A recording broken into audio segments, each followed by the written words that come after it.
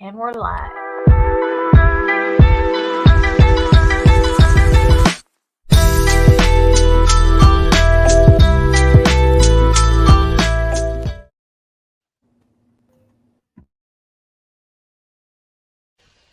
I don't have to tell you things are bad. Everybody knows things are bad. It's a depression. Everybody's out of work or scared of losing their job. The dollar buys a nickel's worth. Banks are going bust. Shopkeepers keep a gun under the counter. Punks are running wild in the street, and there's nobody anywhere who seems to know what to do, and there's no end to it. We know the air is unfit to breathe, and our food is unfit to eat. We sit watching our TVs while some local newscaster tells us that today we had 15 homicides and 63 violent crimes, as if that's the way it's supposed to be. We know things are bad, worse than bad.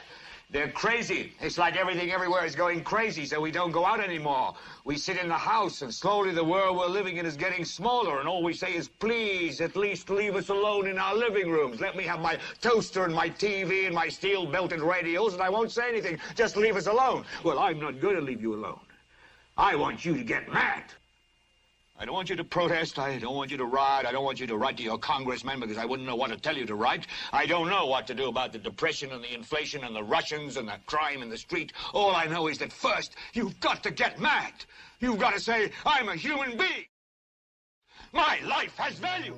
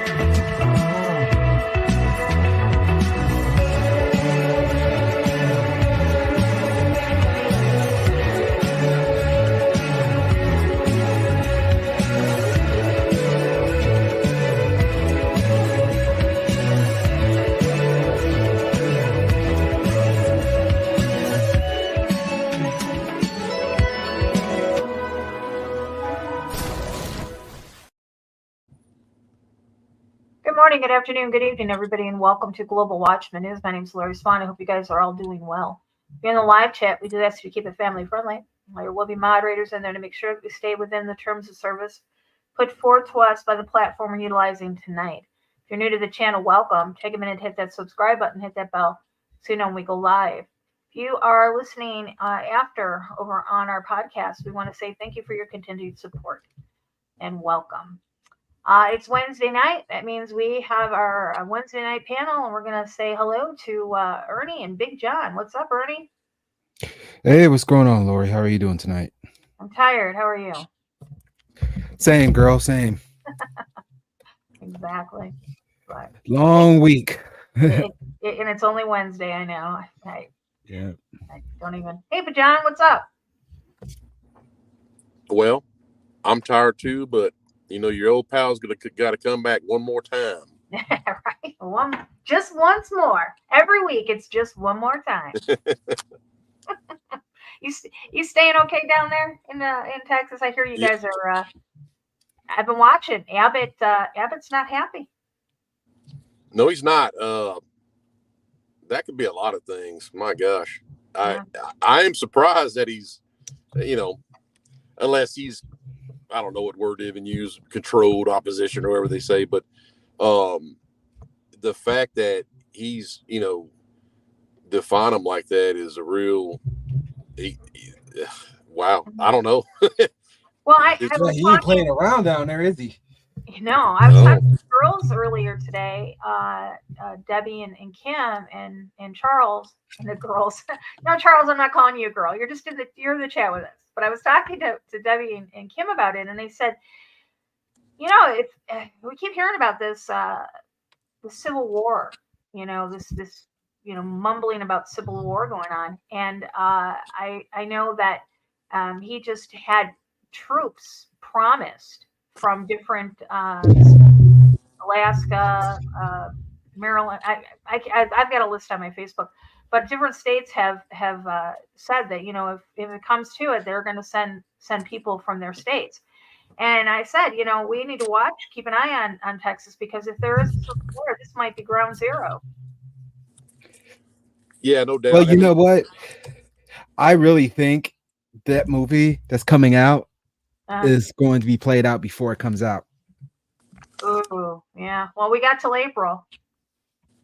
Yeah, I mean, the whole thing is Texas is definitely the strongest state for a resistance, because years ago when they used to say ISIS had training camps, which they did, or still do or whatever, but and Chinese troops in the Sierra Madres Mountains, and right, it's because the people in Texas, obviously, firearm friendly, Texan, and that because the Alamo and all these different engagements during those years, and it's just it's like nostalgic now that the Texas are fighters, right?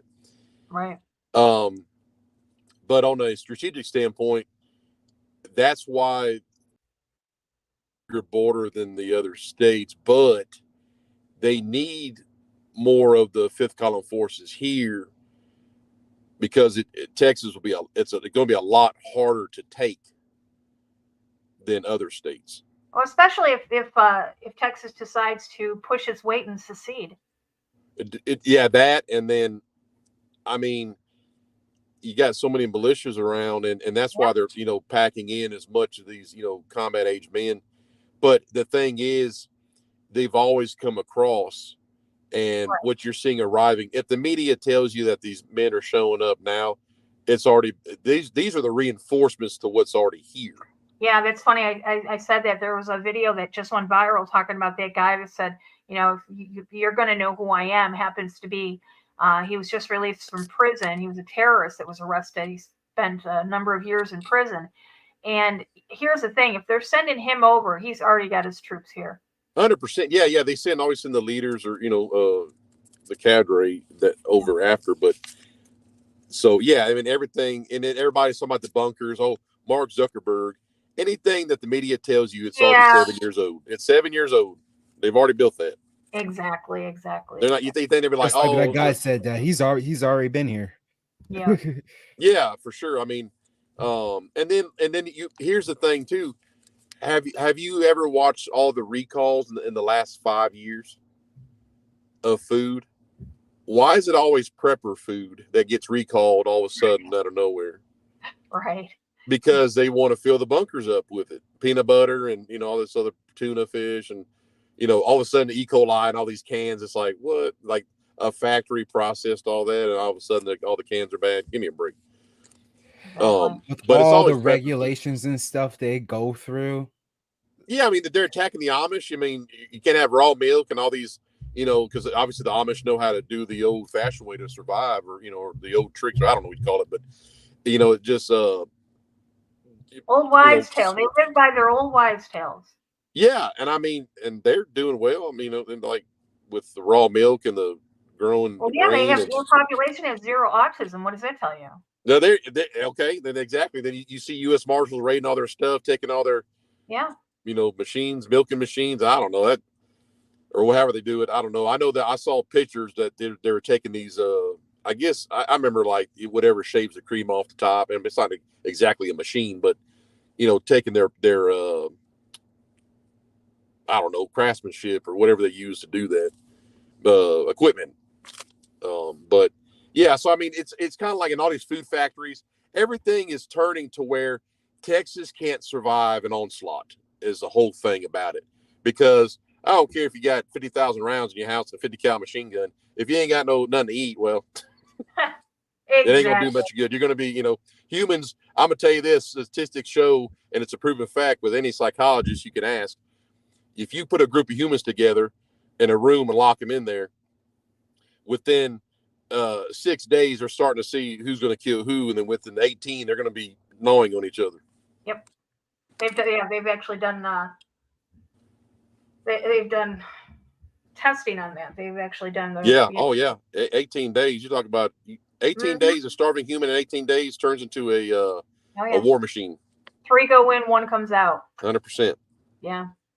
Well, there's a lot of things, it reminds me of Jade Helm, with Texas. It was just that big deal in 2000. That too, Lori, exactly. Everything is focused on Texas, whether, you have a few rogue special forces. And the thing is too, whether that was for like a invasion or it was special forces, these rogue guys to go in and get, leaders. Because I mean, like the Army teaches you in insurgency, tactics. And I've said it before, men who work out, those are targets. Pretty women, those are targets. People who know how to play classical instruments, those are targets. These are in field manuals because these people can lead insurgencies. Oh, I'm out. So yeah, Ernie, if you play the piano and it tells you, I have the manual still. It tells you, it'll say people who are, like invoked in theatrical and Shakespearean culture, these people can lead armies, and that all comes from when von Clausewitz used to write about that in his book on war. Wow. Whoa. Wow. Uh-oh. Yeah. I've known to play some classical and.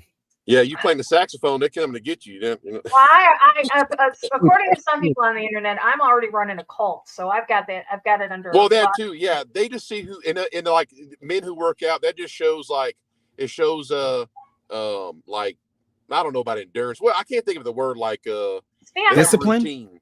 I would say discipline. Discipline, yes, discipline. I can't. That's fun. Okay, discipline. Yes, I couldn't think of that. They're disciplined.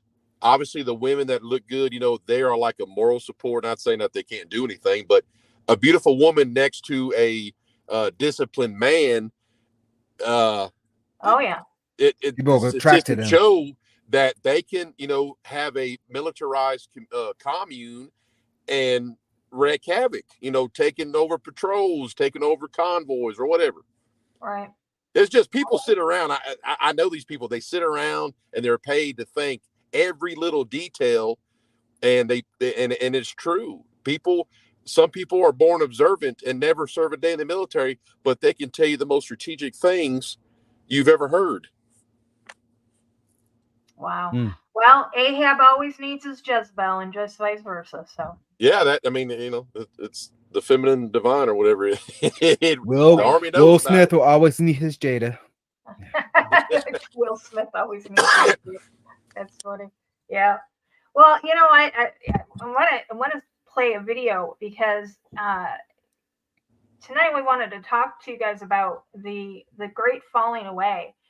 And I was talking to my husband earlier, and he always asks the topic, and he said that he goes, this falling away has been happening for so long. He says now we live in a generation where the young people have such disdain for not only God, but for his word, that even if you try telling them or talking to them about it, they get so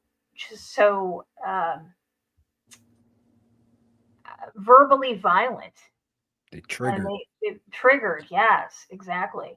So we do have John's permission to play the video. It's a little dark.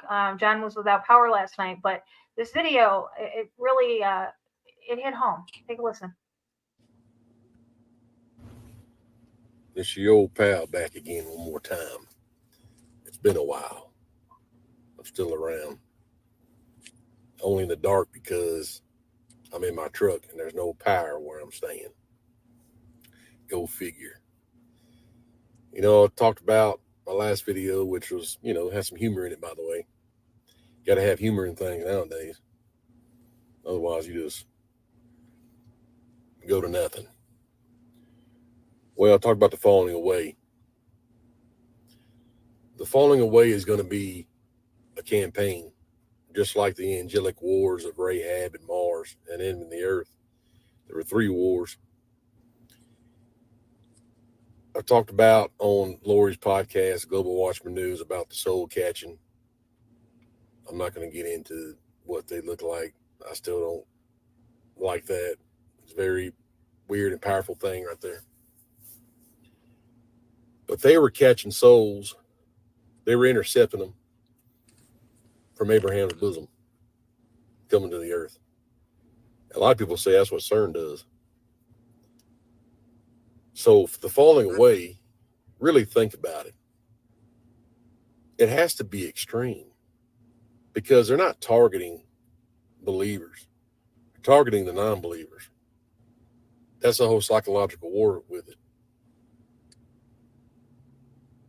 If there are Nephilim engagements, whether at a mall or in New Mexico or wherever people are reporting these things, could it be a hoax? Maybe so. The whole UAP thing in Congress is just BS to me. They don't bring in the real, the watchmen, which are mostly dead now. L.A. Marzulli and Steve Coyle are probably the only ones left. All the other ones who on that subject, all dead. Mysteriously, in my opinion. Whether it was, bioweapon, heart attack, overdose, whatever they do to get them. So you look at the fact that the Antichrist, who's going to look at, or be looked at as the Savior, comes from the air, says that in Daniel, comes from space, literally. Whether you believe it's flat earth or not. It may be flat, who knows? The fact is, he comes from the air. That's what it says. So if something arrives from the air, and it's not from a helicopter or an airplane, and does lying signs and wonders, I don't think people realizing how heavy that is. There's going to be a World War III before the Son of Perdition is revealed. It's going to be a mass chaos event. Not just tanks and bullets and rockets and all this other stuff. It's going to be Nephilim. It's going to be the seas roaring. Another thing about the seas, everything in the sea has never been judged. Jonah went down to the underwater base. The fish delivered him down there, delivered him to the underwater mountain. He didn't stay in the fish. It delivered him. He saw the atrocities going on. He said, okay, I'll do it. I'll go tell the town. And then the fish went and got him. So there's stuff underneath the water. And Jesus tells the disciples now, how can I tell you earthly things and you believe me not? So how can I tell you heavenly things? So those are people that walked with him. So can you imagine the majority? They can't come out and say Jesus isn't real. They can't come out and say disclosure. So they'll dance around, maybe show some footage of, fallen angel technology or whatever. They can't come out and show disclosure. They can't show bodies of that stuff. They can't show nothing because that would ruin it. They're not going to deny Jesus. They're going to tell you that they made him. They can't go off the fact that they're going to say, oh, well, he's not even real and deny him. That's not good psychological warfare. They're going to introduce him as the Antichrist and say, oh, here he is. We made him. So the falling away is straight from the fallen angel technology. The straight campaigns of the angelic wars of 3 planets, whether you believe in planets or not. And if you listen to different people, if people that so-called worked in Area 51 or Sector 3 or whatever are saying that their documents from the so-called aliens say that we're containers, they're running with that notion that we're containers with a soul in it. Bob Lazar said it. I think Greer might have said it. All these guys are saying it, that we're containers to these aliens, right? These they're just interdimensional fallen angels. That's all it is. Anyhow, they're running with that notion. Well, the soul catchers put you in the black cube. That's how they catch your soul. CERN's the same thing. So if there, are these monoliths at the Croatian pyramid, I talked about that pyramid 2 years ago on TikTok. I'm not special. I'm just saying I'm the one that said it. That's Maria Orsic was born near that thing. And there's a monolith there that Billy Carson talks about that says, we wait and guard until the gate can open. That's the thing. That pyramid, when it was Pangea, aligned with the ones on Mars also. And Rahab had Mars before it was blown up. Pyramid's nothing new. All the operations went from Rahab to Mars. Pyramid literally means mound of Mars. It's fact. Can't be defeated. It's fact. Mound of Mars, pyramid. Can't do nothing about it. So there's a gate there, supposedly, that they're waiting on something to come through. And they'll guard it until those things come back. What are they guarding? I don't know. Who knows? Nephilim, obviously. There's so many of those things. It ain't just fallen angels. They had intercourse with insects, animals, and humans, so they made all kinds of stuff. But I always see people say, God sent the watchers. No, he didn't. They left on their own. You think God said, hey, go down there, and then they start screwing women? No. They saw the daughters of men are fair. They left on their own. They left their first estate. God did not send the watchers. God did not tell them anything. He told them nothing. He told them to kick their ass when they did what they did. That's why he chained them up. That's the only entities, the angels, that's the only ones. The watchers are the only ones that are chained up. The rest of them are walking with us, doing what they want. Still entering heaven to accuse the brethren. This is all coming hand in hand. I've said it a million times before on my videos, whatever, before I even got on TikTok. Interdimensional fallen angels are setting the standard and the narrative for the great deception, the great falling away, is going to be so damn vivid. It's going to blow people's minds. They're lining it up right now. All this alien stuff, they're lining it up. But that's what they're going to do. I know for a fact. People say, oh yeah, Big John, you don't know that. Okay. Don't be where I'm at when this stuff goes down. It's crazy.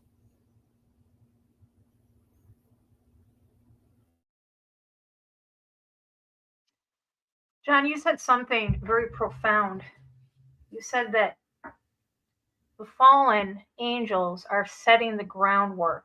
They're setting the standards. They're setting, the what did you say? They're setting the standard by which the rest of the world is following. Yeah, and little known thing about that is there is an Enochian language. Enochian. You can say Enochian, I say Enochian, but it's a language of how Enoch communicated to them when he preached to them in the prisons. And that means he went into the earth and preached to spirits in prison. That's what that means. Enoch did it and Jesus did it. Well, they were talking to them. And so there is a language. Now, certain stories that are different special forces factions, maybe from around the world, some U.S., they do have, you remember the Rosetta Stone that Napoleon had, just it kind of translated? Yeah. Well, they have a Nephilim stone that was found. And it has symbols, and whether you believe it or not, it doesn't matter. I mean, they believe it, and they know what it says. This stuff can be translated. There are so many glyphs from this Enochian language that are known by definitely the elites. And it just, they're controlling different leaders of, the world. I have read some that have been translated, and it mentions, the Secretary of Defense Austin and stuff like that. Because who else can lay the foundation of a depopulation event of humans? I mean, you people just don't wake up and say, you know what, I'm going to go wage a war on my fellow man. Right. They are driven by something. No, I don't care. Ted Bundy, any serial killer has weird, mental, demonic. They just don't wake up and say, I'm going to do this. I don't care what anybody says. That something drives someone to do something grotesque. Right. And these things use, certain people as puppets. And they've always been here. The earth was Lucifer's throne before he was kicked out of heaven. He knows this thing. Lucifer, where have you been? Oh, just walking in and out of the earth. That's the first chapter of Job. And Admiral Byrd met him. And I mean, it's just all this stuff. So, yes, laying the groundwork, 1,000,000%. They're the ones doing it. Because doesn't it mirror what Enoch told us? That the only book that has been ridiculed or hidden or whatever you want to call it. Because why? Because Enoch revealed that they laid the groundwork in the first place and taught humans everything from even making beer, having abortions, drug use, pharmakia, all this stuff. They did the creation of weapons, everything. Fire. Every problem. Everybody listening right now, I want y'all to listen, everybody. The problems you think you have in your life were started by the Nephilim. And it was just an enveloped system that we were all born into. John, you talked briefly about Enoch preaching to the Nephilim, and you also talked about Jesus preaching to the Nephilim. But one thing that stood out when you mentioned those two key people in the Bible that spoke to the Nephilim was where they went. Now, there's been a lot of theories that have been floating around over the course of years that there is such thing as a hollow earth. Yes. So do you believe that is the case? 100%. And so why? I believe it's the case because just like Job, in the book of Job, they asked Lucifer, where you been? I've been walking in and out of the earth. That literally translates to inside the earth. Mm-hmm. And then if you do believe what Admiral Byrd said, how, he got sucked in through the, with a tractor beam or whatever it was, and pulled him in, he went into the hollow earth and met the king that's of the interesting. Earth. Yeah. That's interesting because Hitler went to Antarctica and Admiral Byrd went to Antarctica. Yeah, that's where the entrance is at. Yeah. Buzz Aldrin went to Antarctica, and all three of them had the same pattern of how much it changed them. So you think that's an entrance to their underworld, yes. if you will. Yep, no doubt in my mind. Well, the Sumerian text also says that the Anunnaki, who are the fallen, just another word for them, escaped the Great Flood by going into the earth. So, yeah, here's the thing: I believe the earth is multi-dimensional, and there is ways to get into the different dimensions of the earth. There's different ways to get inside of it, which you said Admiral Byrd, he was taken there. Yeah, he was taken there. He was taken. Yeah, and there are dimensions, there's a physical entrance, and then of course you have your stargates, which they all possess, because that's how they evacuated Rahab.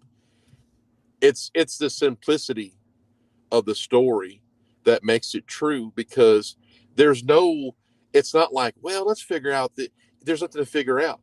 You have different cultures with the same image that's still on my TikTok. I show a picture of what was dug up in Mexico, But that image was found in Baghdad, and it's all the Stargates escaping. Rahab was evacuated. They knew what was coming, and all the ancient cultures know that. Even if people believe in flat Earth, okay, the theory of Rahab is sustainable because extraterrestrial means extra lands, and if you believe in a flat Earth, then you believe that outside of the ice wall that there are other lands. And if you look at the map of those lands, you have one of them being Mars. So who's to say? I mean, you know, whether it's a planet, whether it's extra territory, regardless, there was an event that happened that brought people here. You know, Gloria, that brings me up to something. I wanted to show you this. The first picture I showed you was the model. I believe you believe it as well, as far as me goes, about the foundations of the earth and everything like that with the show and everything. Do you remember me talking about a gentleman by the name of Nos Confunden? I think so. Well, he depicted the model of the outer lands. There we go. Yep. There's actually quite a few more of them. This is just one area. Mm-hmm. And this is what Admiral Byrd was talking about, the ice walls and everything like that. Right. Exactly. Yeah. But what's interesting is these maps depict the same Mars, Jupiter, Uranus, Saturn, Pluto. There's actually land masses. And now I'm going to put out there, I am not a flat earther in the model that was portrayed, which you put up first. I go with the Tychos model. I believe that the earth is the center of the universe. The sun and the moon revolve around the earth. And that now here's where it differs.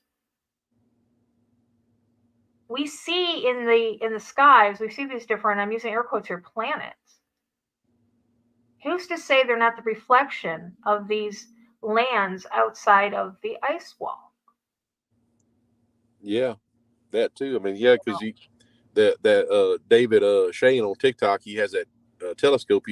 All the stars and planets he shows always look like they're like behind a waterfall or something. Behind the water, exactly. So I do believe in the Tychos model, and someday I am actually in talk. I was supposed to have Simon Shack on with us a long time ago, but COVID happened and we got sidetracked on that. But yeah, so yeah, hollow Earth there's hollow. I don't know about flat, but it is hollow. Yeah, there's definitely. I mean, if you look at all the ancient texts, especially like I said, the Sumerian texts, they say even Jonah too. Like I said in the thing, Jonah, it literally says Jonah was delivered to the underwater mountain, and he was fine down there. He wasn't in the water. He was inside of I call it a base. Right. And then you also mentioned something which I thought was quite interesting, because my husband has said it numerous times, and it kind of goes along with Ernie and myself looking at these creatures, these newfound creatures that they've been finding in the ocean. Can you explain to us what you said? You said that the creatures of the oceans have never been judged. What does that mean? Never been judged. Yeah, they weren't judged in the flood. Oh. Yeah, they never. Yeah, everything is judged at the white throne judgment at the very end. It says everything that has ever died on the planet will be judged. Correct. Right. But the flood didn't get nothing in the sea. You're right. Right, because it was water, and I think isn't it called the antediluvian age? Yes. Yeah, pre-diluvian. Yeah. Pre-diluvian. Yes. Yeah. And all those creatures that were water derived, they were able to survive that. They were fine.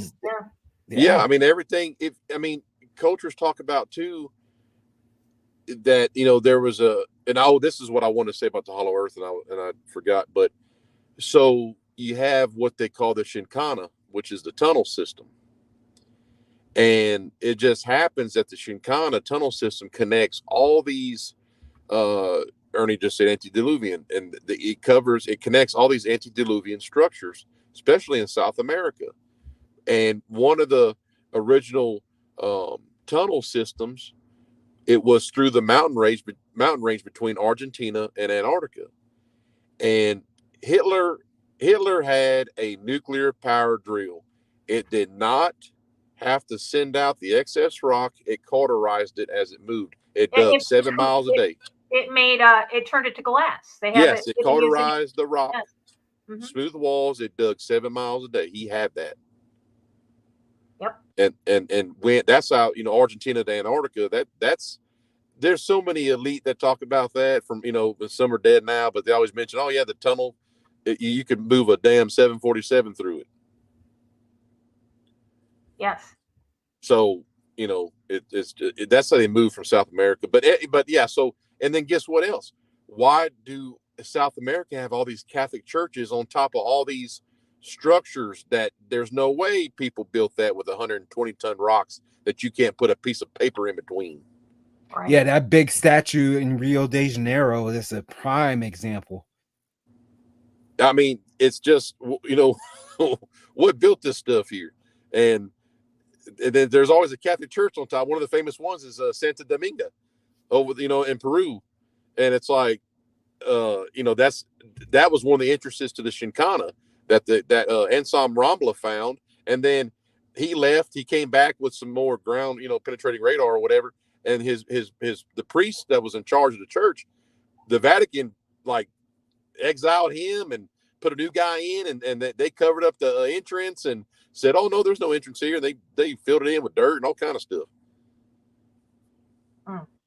And Anselm Rambla filmed it. He said it was a tunnel, and he goes, it had an A-frame structure like every 30 foot, and it was blocks, and he goes, blocks with no mortar.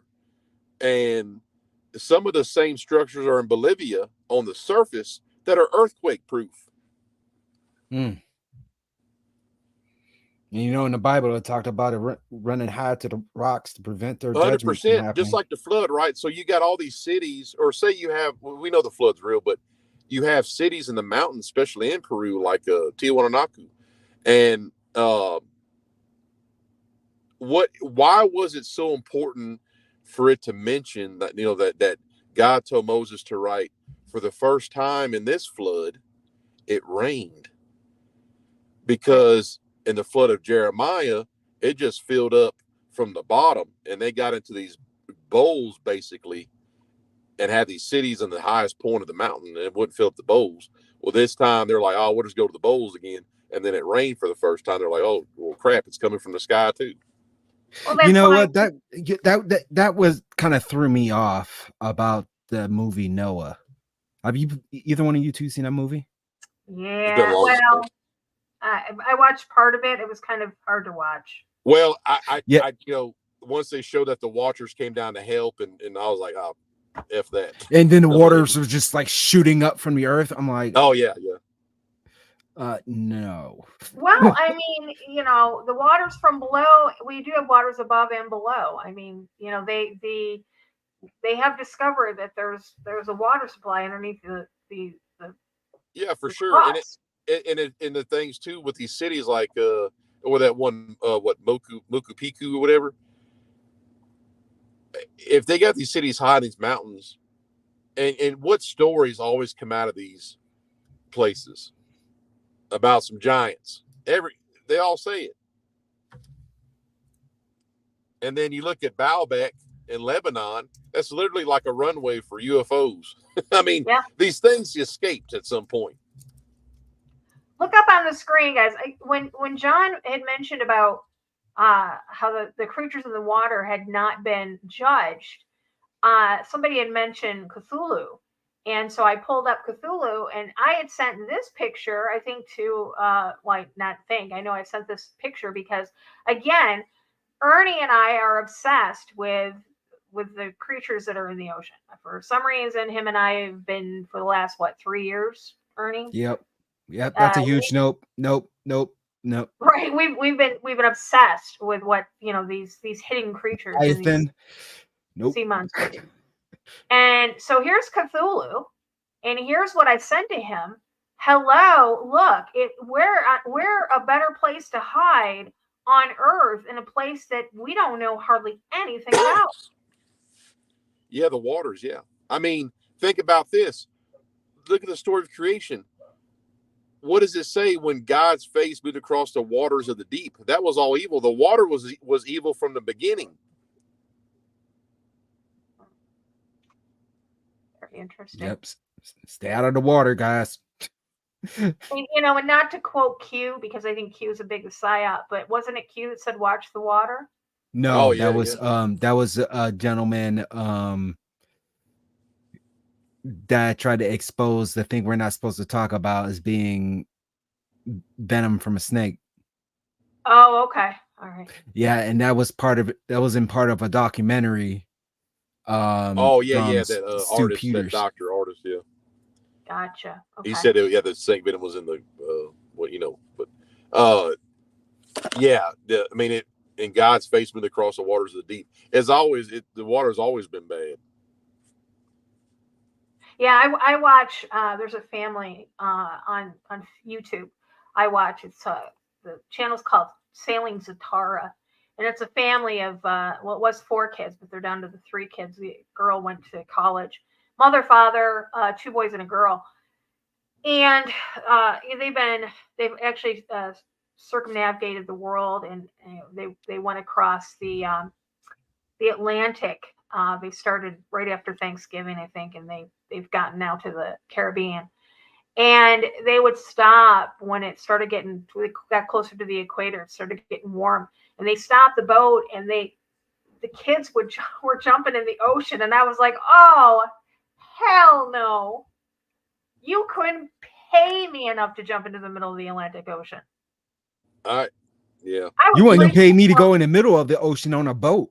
I would freak. I would have a panic attack. I literally having a panic attack just thinking about it. If you really think about it too, the way the earth was set up. So if you believe in the third angelic war and the flood of Jeremiah, then you had Pangea, and you had God introduce creation, and he came back, he pulled back the veils, said, let there be light. So he had sealed up, and it says it, Tohu Bohu, the earth became desolate and void after this war that they had. And he comes back, says, let's try this again. We all know the story of creation. But it was Pangea, and there was only one ocean. Right. And Pangea actually took up a lot in the ocean. Right. Uh-oh. Did I lose internet or did John? I think John. Yeah, okay. He just went mute. Okay. While we're waiting for John to come back, we've got Hero. Better late than never. What, the cat not give you the message? No, I just. He's like, I don't have a cat. The cat changed his name to JG. Yeah, what's this JG? Come on. That's Joshua Graham, the greatest Christian in the history of video games. Oh, okay. John, if you want to pop out and come back in so we can hear you again, you might want to do that. I don't know. We're talking about monsters in the water right now. Yeah. And how black men don't get in the water. I love the sea, not gonna lie. Oh, really? Man, you don't count. You freak. Well, I grew up watching Pirates of the Caribbean and stuff, so. Grew up? What? Yeah. Did you just say grew up watching it? That's what he just said. I grew up watching Pirates of the Caribbean. What are you, 12? What? You know what I mean. I'm a whole adult watching those things when it came out. Oh, too funny. Looking at the people in chat, and I love y'all, but I mean, we're all old people here. Exactly. Hey, John. Can you hear me now? Now we can hear you. Okay, sounds good. Yeah, right. We were just talking about how young Hero is growing up watching Pirates of the Caribbean. Yeah. He said he likes the water. I said, yeah, there's no reason for me to. I think I literally started having panic attacks even thinking about diving into the ocean. And I'm watching these young kids, and they're just, and I'm thinking how tiny and small and just insignificant is a person that dives into the ocean, literally, the Atlantic Ocean. You're just like, oh no, thank you. Oh, I mean, yeah, I get it. Because now lakes and ponds and, growing up in the country or whatever. Yeah, I mean, that's fun. But I I don't care about the ocean myself. No, Now, no. something nice like, blue waters in some parts of Florida or whatever. I mean, that could be fun. If I can see the bottom, I'm good. Well, yeah. I think like Crab Island by Destin and all that. I mean, that's the clearest water and it's all Right. like waist deep. Yeah, exactly. So something like that, that's cool, But nah, not going out in the ocean, like trying to go offshore fishing and then jump in. Hell no. No, exactly. And again, when you look at what you just said about the things in the ocean not being judged, and you got, here's love in Lovecraft. Somebody mentioned the comment in the chat saying that Lovecraft had a look. Not only did Lovecraft have a look, Lovecraft had an ideal. He knew what was up.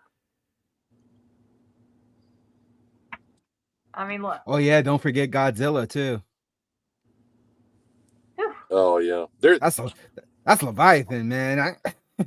There's so many stories. I mean, like I said, nobody knows what's down there. Yep. Leviathan's in the Bible. And I just go off that, like, nothing there would ever got judged. So, and it was always evil to me. The waters were always had stuff in them. Well, okay, so if you look and you go back to early maps into the 1400s,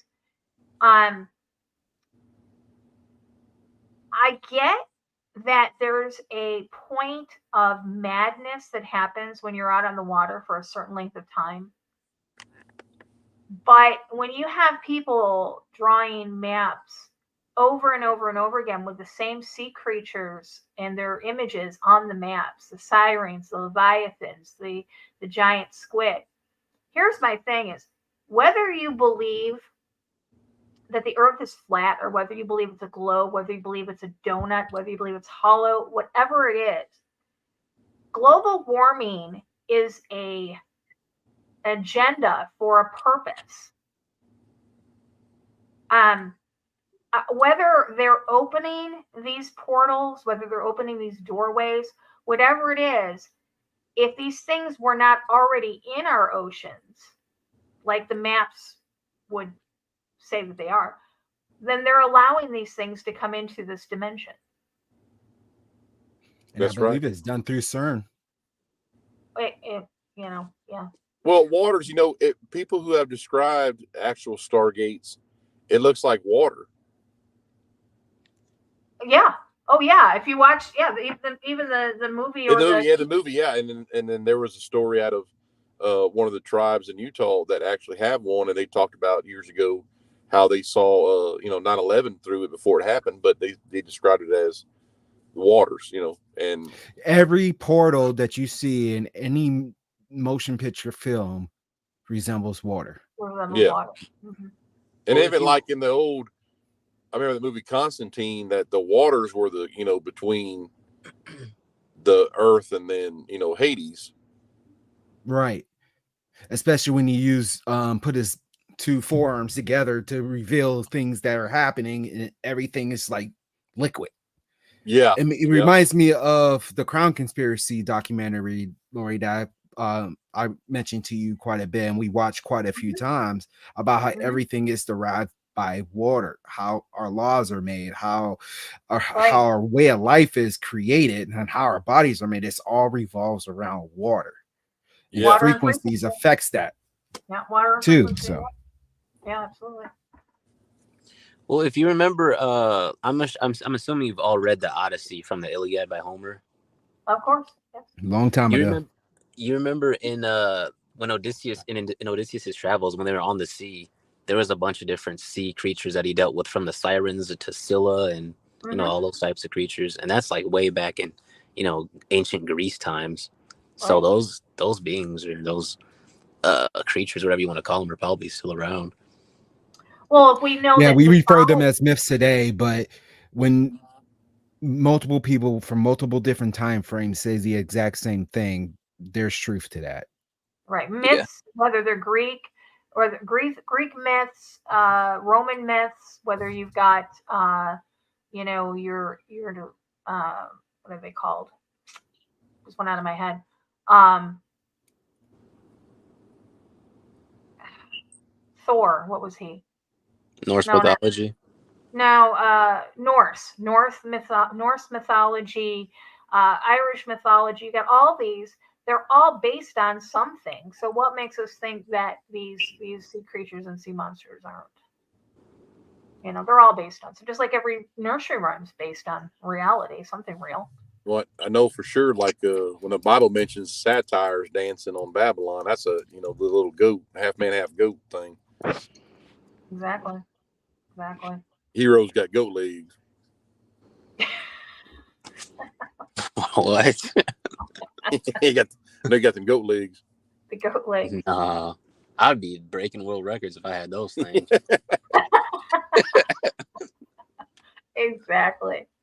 You wouldn't have a cat. Yeah, he got cat legs. He's like, I don't have a cat. But all of these things, when you take a look at everything, I mean, these agendas, whether you're looking at the alien agenda, whether you're looking at the weather manipulation agenda, whether you're looking at the trans agenda, whether you're looking at all of these are all put in place, like you had said, John. These are all the fallen setting these standards for this earth. Yeah, definitely. So to circle back on the topic that we were going to talk about tonight, about the great falling away and the great apostasy, I mean, that coincides with it, because the job or the main goal of these creatures, these fallen angels, these demons, these watchers, their goal is, bottom line, is to steal souls away from the Most High, to steal a person's salvation, and to get as many people as they can on the wrong side. And that's exactly what we're seeing here throughout many different agendas, right? Yes.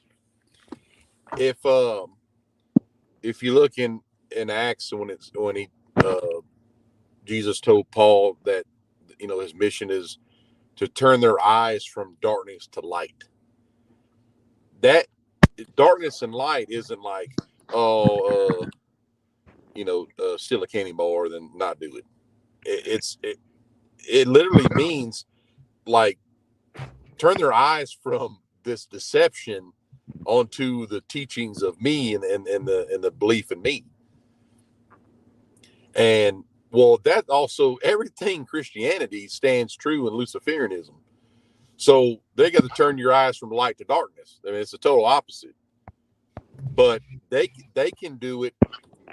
It's always easier for them to do it because they've always held here, and then we have free will. So that does a lot of things.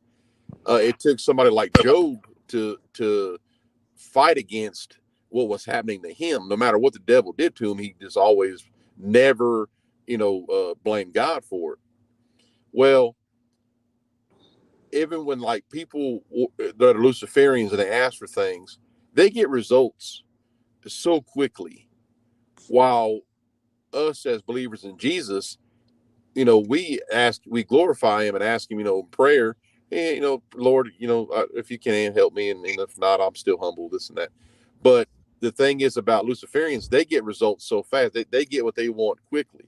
And that's the whole difference of it. So saying that, I am also saying that when they want you to turn your eyes from light to darkness, they can easily use any kind of technology that they brought with them and things that we just never seen before. And I'm sorry to say, but it's way easier to turn people's eyes from light to darkness with a deception than it is to turn their eyes from darkness to light, because they have to have a personal experience. They have to have their free will choice to repent. Going to the other side, it's everything's on the table. And that's why it's easy when I say for people to fall away. That's why he says even the very elect will be deceived if it were possible. But he's just amplifying what they're going to use. And that's why I come out with it. We had talked about one aspect of the falling away. We had talked about, this was a while ago, when we talked about Paul and about how people deny the writings of Paul, and how that leads them down that slippery slope of then denying the Bible and then ultimately denying Christ. Yeah, 100%. It's just so easy to turn people's minds back to, because they just have, the old will be the new. So that's like the whole turning point in this, because Solomon said it. You got to think, even Jesus said it too, about nothing new to the sun and the old will be the new, because that's the agenda that they can run with. So he gave everybody hints that, okay, this has already happened before, but you don't know about it, but they do. So they're going to introduce it, and you think it's all brand new stuff. It's funny you should say that, because I was just talking to Ernie about, I have a lot of people coming out of the woodwork on my Facebook claiming that we are in the short season, that the Bible has been fulfilled, Jesus has already returned, the second coming has already happened, and that we are in the short season where Lucifer or Satan is released for that one last time. Well, they're in for a surprise. Yeah, exactly. They're in for wait a minute, this can't happen. I mean, but that's exactly it. So if even what you just said, for people to believe that entire timeline of events, that it's already happened before, and they're bent on it, like, oh, well, and I get it. It's like me, I was giggling because I said pyramid means bound to Mars, and I'm like, I don't care what anybody says, and it's true. But people can also have the same genre of opinion to say, well, no, I believe Jesus already came back, and we're in this, this particular part of the timeline. But that's the thing too. When Jesus put the legion into the pigs, why the hell did those pigs say, you have you come to torment us before the time? They got their own timeline. And who's to say they ain't got their timeline in control? And we can say, well, God's in control. Well, yeah, we all know that. But it's a deception. And where does it stand? Does God even discuss time? He's never said nothing about it. He said it in stone with Moses. It's a day and a night. That's all you got to know. He didn't say, go buy a Michael Kors watch. He said day and a night. So he said it, and he never said it again. The only person who's ever said it again was Paul, when he said, for men, redeem your time, for the days are continuously evil. And he was referencing the days of Noah. Redeem your time. Yeah, Jesus. When Jesus is asked, when is the sign of thy coming? When is the end of the age? And Jesus depicts the exact things that we're going through right now: wars and rumors of wars, nation against nation, kingdom against kingdom, famines, pestilences, earthquakes in various places, and that is just the beginning. Yeah, and also too, Ernie, like, I know you know that 24:37, Matthew, as it was the days of Noah, so becoming Son of Man. But that's the thing that people won't give into, or not even that, just understand it as fact. Because when they see a chimera, when they see babies being born in these artificial wombs, or, I mean, that all happened. People think that Noah, wore like little, caveman clothes and maybe had some fur around his private parts. Who knows what they think? But it wasn't like that. It was so advanced. It was so advanced, and people can't even see it. And they're like, oh, no, Noah had a little hammer. No, he had to use those tools because he couldn't use the technology to build that ark. God told Joshua and Achan, don't be touching them crystals. when you go fight the Anakim. Don't be taking that gold. Don't be taking their little drones they got. Don't be taking their little armor. Don't be taking none of that stuff. He told Noah the same thing. It's always the same thing. You know, I don't know what word you can use for that, but it's just like Enoch going into the preaching to people in prison and Jesus doing it. Well, the difference between Noah and the Israelites when they were going and retrieving, God telling them not to stuff. The Israelites didn't listen. Noah did. Well, yeah, exactly. That's what I'm saying. But it's like it's always the same strategy. That Exactly. God doesn't have to like manipulate it. And I know we know that, but I'm giving other people an example. God doesn't have to manipulate and go around and make this happen for that to happen. He sets it in stone. Like, you know what? This is it. I created it. Go with it. If you don't, you just, you know, I'm just going to you got to come back to me and I'm going to tell you, no. My husband made a good point. He said that God does not even have the ability to lie, because if he were to say something that wasn't true, him just saying it would make it true. Yeah, exactly. I can't remember what example I used to use, but it's like when I used to argue with atheists, I'm thinking, because, well, not exactly atheists, but people that were like, well, this used to make me mad. I dealt with Baptists a lot, and they were like, well, you know, the woman should submit, and, you know, and I'm like, what? So a woman's supposed to stay in a violent relationship? Well, you know, well, if they submit, then it could get better. These people were saying this stuff. So I was like, okay. Yeah. So we all believe in Jesus here, right? And I get all excited. I'm like, we all believe in Jesus, and he's done all these things, walked on water, and made, you know, food for whatever 5,000 out of 2 fish, or is that he's God in the flesh. He has done all this stuff, but he can't figure out how to get a woman out of a domestic violence relationship. You know what I mean? It's like they believe that he can do all these things, but he can't figure out how to do that. It's no different than these people who are the sacred namer people. You know, if you don't use the proper name of Jesus Christ, if you don't call him, you know, Yeshua HaMashiach, if you don't call, you know, God, you know, whatever name they have for him, you know, Yod He Vad He, if you don't call them that, then they won't answer and they can't help you. And I keep saying to people, my God doesn't exist in a box. Yeah. My God has the power. He knows I'm talking to him. It's like my child. If my son Kyle were to call, you know, mom, or, you know, call me Nancy, help, you think I'm just going to ignore him because he didn't call me Lori or mom? Well, Lori, I have to put a caveat on that. You can't call him every name. But what I'm saying is he knows who we're talking to. He knows before we even say it in our brains. He knows what our needs and wants and our prayers are. A whole lot of people, you're right, Lori. A whole lot of people put him in the box, like you said. In a box. And they're like, I'm thinking, so he does all these things. You believe all the stuff that he does, but he can't figure out how to. He doesn't have the ability to know that you're talking specifically to him and not some other little exactly. guy. And there's all kind of things like that. It's all, they always put it, but I guess that's like a default for humans to think, well, it's because of what you see in a system. You think that's how it works, but people don't realize that what happens in America, I guarantee you, don't happen everywhere else. This is the worst system. This is the old Egyptian system from Rahab that they got us in. And anything that they can do to say, well, how did Jesus figure that out? You know, it's like, they'll do it.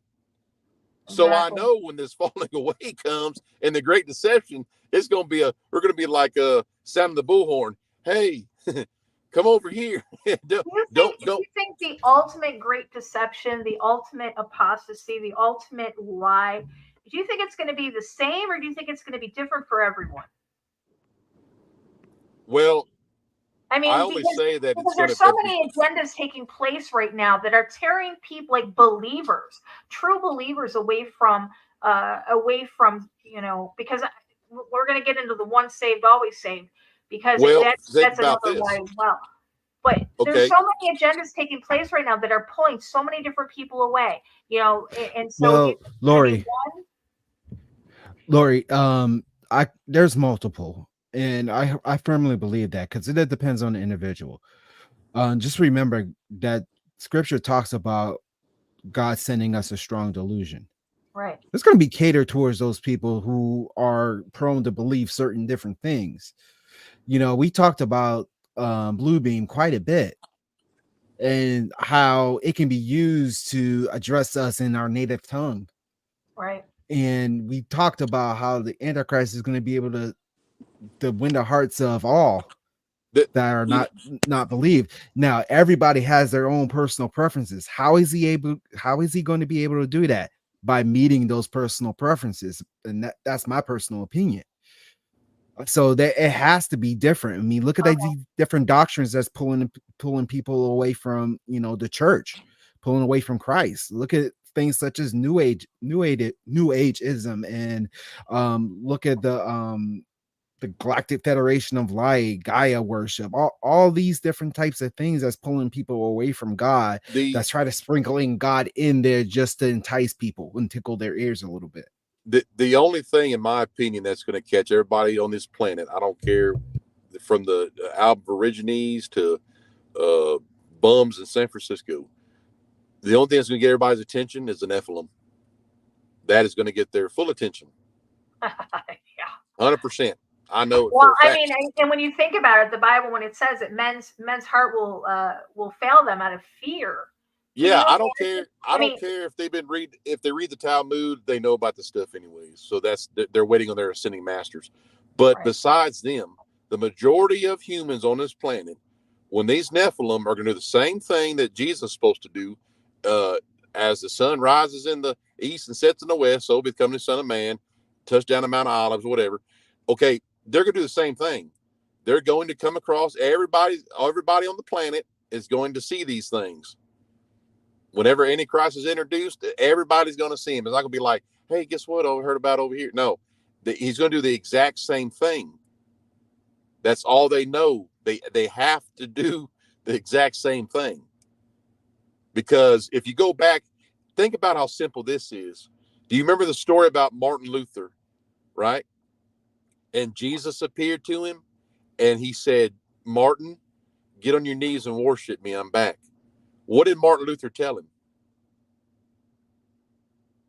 Why do you have a crown on? That crown hasn't been casted at your feet yet. So you are something else.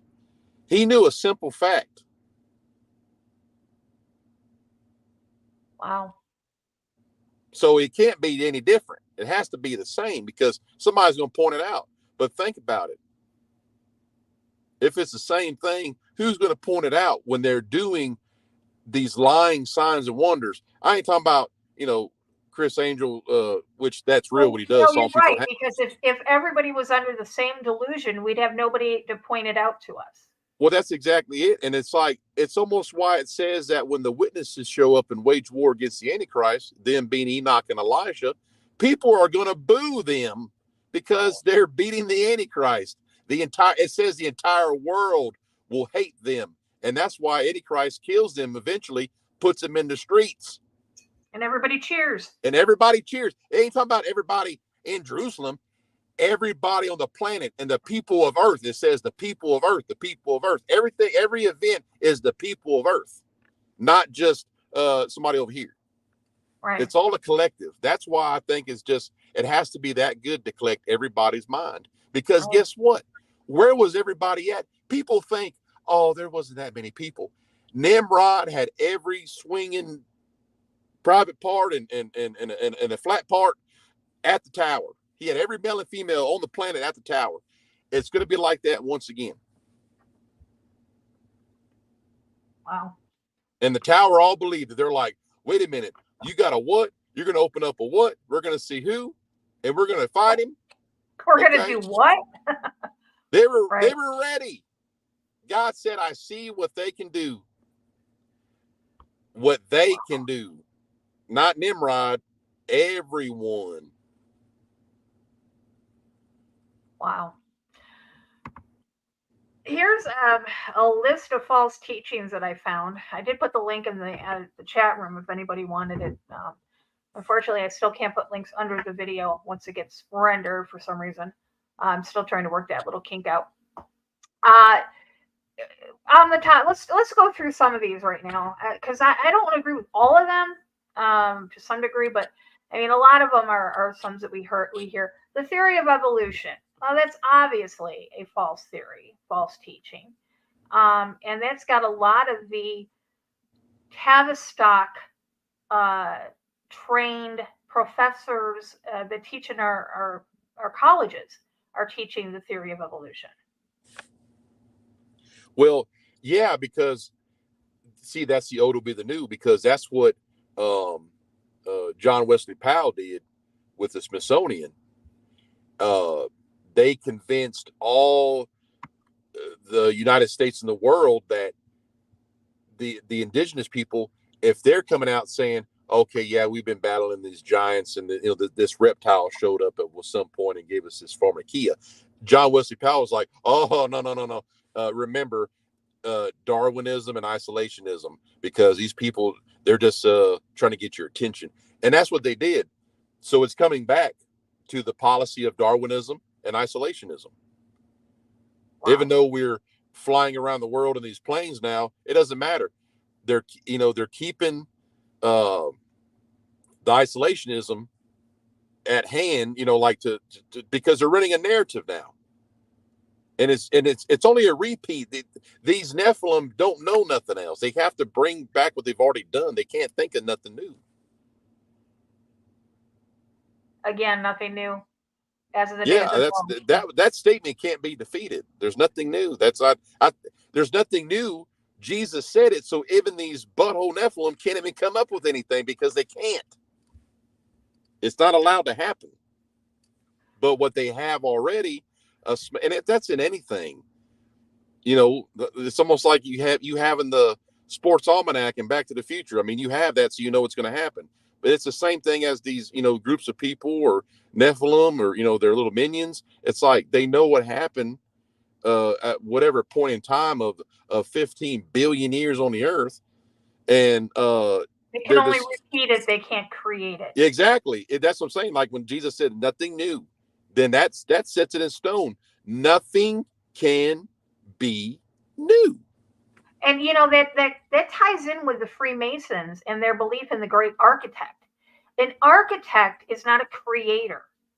An architect takes things that are already made, like stone and wood and things, and create something. But and make something. He doesn't actually create it. There's a difference between an architect and the creator. Yeah. And real quick, back to the hollow earth. I mean, the whole black sun thing that we talked about with the last week with the Vril, the black sun is what the Masons originally and the Nazis believe illuminates Tartarus. Right. That's the energy source. That's, the black sun means so much to them. But yeah, so that's in the hollow earth, by the way. But that the architect, for sure. That nothing new. It's set in stone. Nothing can surpass it. Can't defeat the Lord. So they have to bring back old tactics. And that's why I say the angelic war campaigns, which were so much stuff going on these other places, whether they're here on the earth or in the sky. Rahab is real. I don't know exactly where it's at. I'm going to say from, it's the asteroid belt. That's what I believe. And I just know it existed. But the campaigns that these things ran on the three wars are being induced again. And there's stories that's where the pigs come from. Like, they were made, they got human DNA and that was food or whatever they did. But, and then they talk about, who else? Aristotle talks about Atlantis having miniature elephants. And, it's just, even when God brought forth the creatures for Adam to name them, he did just that. I don't personally believe that there was every single animal we see today, but he probably had like an elephant and a giraffe, stuff like that, and then Adam named them. But it's when that's talked about in ancient, in Greek tragedies, saying, well, yeah, they got punished because they were making these animals small or manipulating them, basically. There's always stories of DNA manipulation. That's all that's like the biggest thing is DNA manipulation. That's their bread and butter. They ain't got nothing else. Well, that's because DNA manipulation is you're destroying and you're you're pretty much bastardizing the temple. Yeah, exactly. Yeah, you're going against the greatest thing that God did, and but that's their bread and butter. They'll never get away from it. Mars had these biolabs, soul interception, just all these just mind blowing things that they were doing. And I think a lot of people forget the fact that the Bible is just humanity's book. It's not. It gives the timeline from creation of humans created in God's image. We have to look at the other books or other writings or ancient, texts or stones or tablets or whatever to find out what happened or what things were happening prior to the creation of Adam and Eve. Yeah, because the Bible only tells us about from Adam and Eve until the end of us. Yeah, for sure. Yeah, and of course you look at the apocryphal and it mentions things, and then of course Jeremiah verifies that there was a upsetting of the earth, the war, the flood of Jeremiah before there was man, and I don't know whether it's important or not. It just, to me, it just says, what, there's more to it. And then, and I've always said that the Nephilim wasn't for everybody. When I would go out and talk about it during my conversion, if people already knew Jesus, then I'd have to tell them about these things.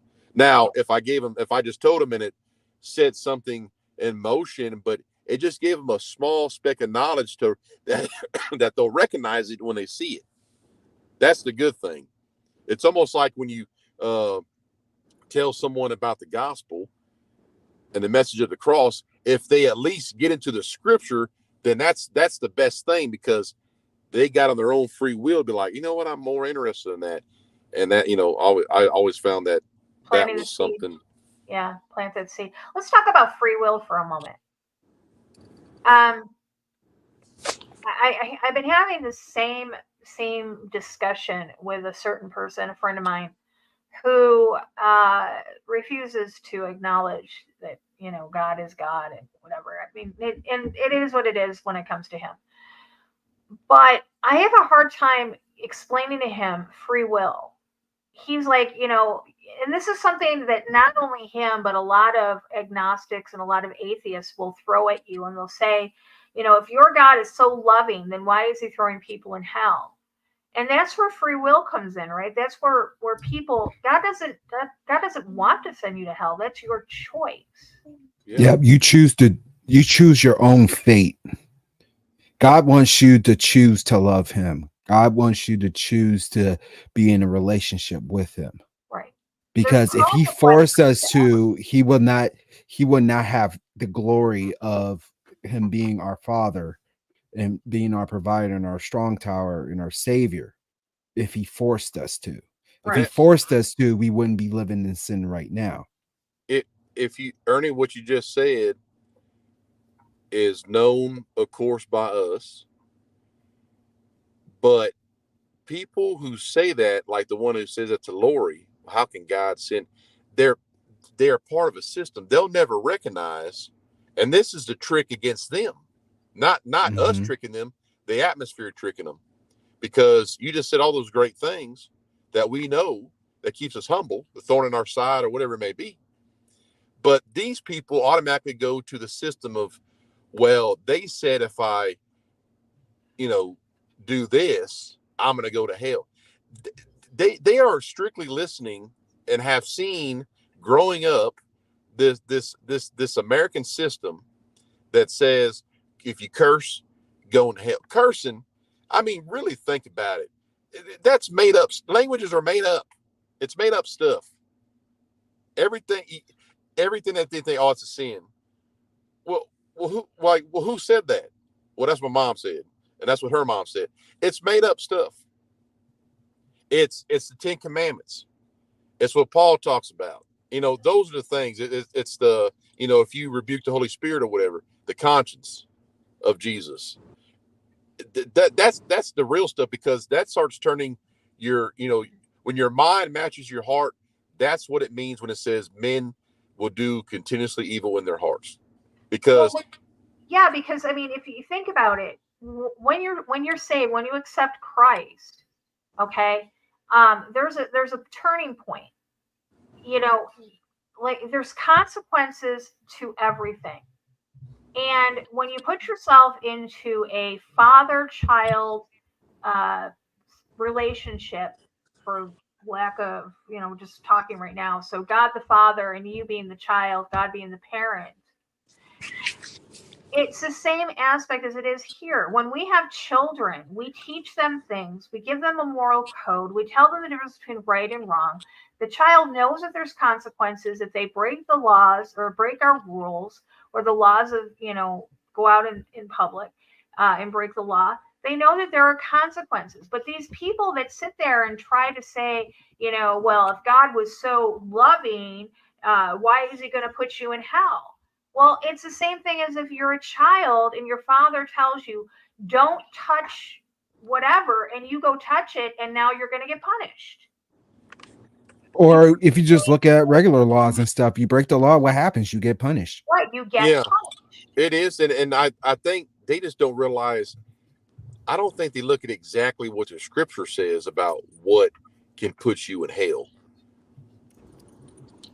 I think they just look at the system. I think they listen to what they've heard with people they've been around in this country. Right. It's almost like when I was forced to go to the Catholic Church, and I had a book that was given to me probably from the 60s and 70s, how to be a Catholic, had duct tape on it because it was so old, but it had venial sin and mortal sin classifications, and I'm like, right. I remember that. The Bible tells you, that, sin is crimson, and he makes it white as wool with the belief in him. So it's like, well, how come they got categories of sin? That's going back to Dante's Inferno. That's going back to a bunch of, most more or less Luciferian stuff, to be like, oh, well, if I don't, touch a woman on her thing, and, but I would be in the 6th level, that's right. That's stupid. Right. But that's what people buy into, because with all these systems of, oh, well, you're gonna be on this level, or that's not too bad, it's a venial sin, but the sin of they omission. Always get away from the belief. That was the one I liked, the sin of omission. That was the lesser of the sins. Yeah, and that's the thing, Lori. They get away from the fact that the scripture says the belief in me makes it white as wool. The repentance, and that's the thing too. It's like, well, do I got to repent? Yeah. Yeah. But when you're truly saved, you don't want to sin. You want to willingly please the Father. You want to willingly obey the rules. You want to, go ahead. That's why Christ called us to pick up our crosses and follow him daily. 100%. That's we're the thing. Because you, I know y'all know that, and most people here listening know that. It's just such a hard thing. The thorn in my side. Paul had a thorn, and I say it. I got a thorn too. And I know it is. The Lord told me, because I never understood that, nor did I hear it before I converted. But I was like, what is this in me? Why can't you take it away? I asked the same question, and he said, because it keeps you humble. He told me to Paul, and I never knew that. Keeps you humble. It keeps you thinking about it. Keeps you thinking about me, and it's true. 100% it's true. I'm like, oh, well, yeah, okay, he's gonna get me. That's the thing, and we will overcome that. But if he says it keeps you humble, I don't know. See, we're called to take our eyes off the things in this world and put our focus and cares and burdens and everything on his shoulders. We got to keep focusing on him. And a lot of these doctrines are now teaching us to rely on our own selves. Right. That we can control everything that we can do in our lives, and we have sole possession of our own souls. When in actuality, that is not the case. Our souls are either going to be taken over by one entity or the other. Well, Ernie, now that you say that, think about what you just said. That's what sets the notion of the containers of souls. That's what they want. What you just said is this new age stuff about you're in control of it. Well, then that just goes along with what they're telling everybody in these congressional hearings, because they have to have it there. They can't have some, they can't have, we know L.A., Marzulli and all them. We knew all the watchmen. They knew what they're talking about. We know it's true, but they can't have any of them testifying in front of Congress. But they what they do have testifying is whether they're paid or not for a narrative. The thing is, they're running with the notion that we are containers for a soul, and what you just said, the new age matches that we're in control of it, and it just goes hand in hand. It's a campaign. That wait, no, listen, well, look, we can catch it for you. We can take your conscience and put it in this cube. And where's Jesus at? You know what I mean? They can run all these notions, and people are going to believe it. When we got people like Yuval Noah Harari and Klaus Schwab 100%. and Ray Kurzweil, even Elon Musk is trying to take all of our thoughts and stuff out of us and put it into their own system. That's the end game of the gospel armor. The helmet of salvation is the most important one, because if they got the mind, everybody's going to have the damn mind, because that's the most important thing. If it's got your mind, then it's got your heart, and it's got your hands and all this other stuff. But it's just a narrative. It's a campaign they're running. It's happened before. They're just bringing it back. And I mean, people are going, they're like, oh, this sounds incredible.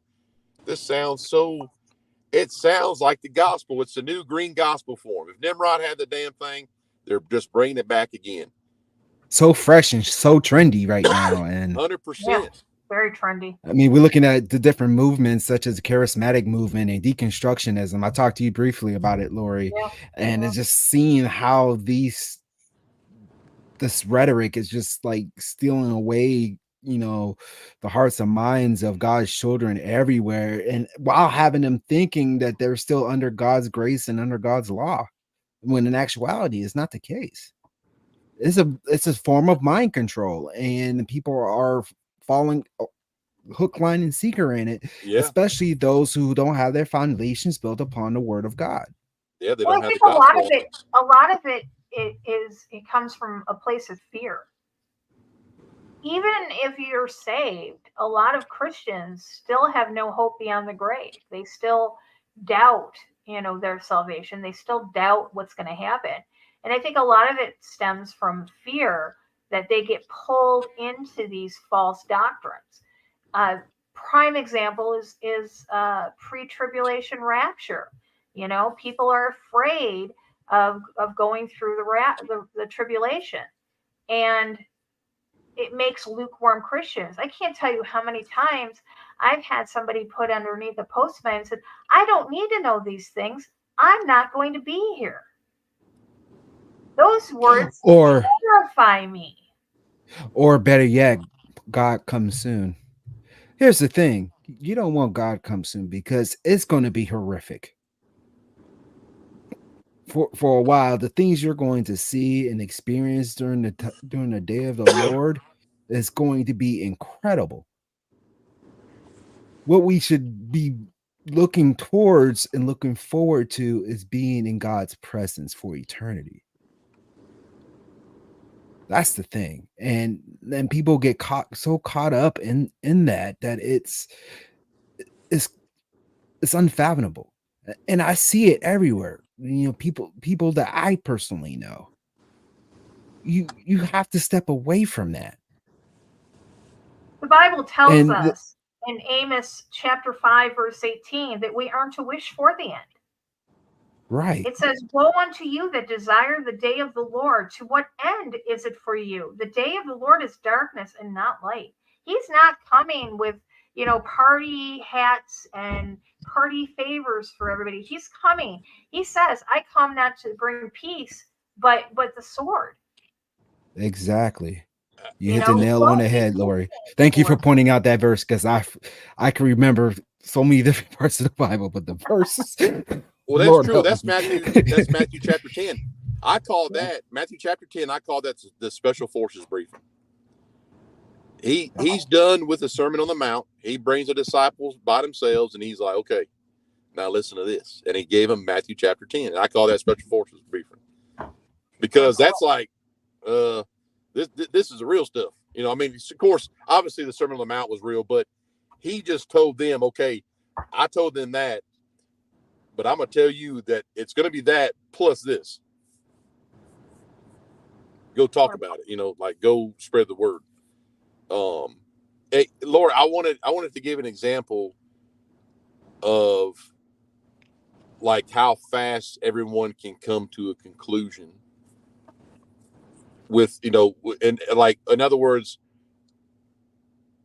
y'all's opinion. So I'm gonna tell y'all something, and I want you to tell me, what do you think happened?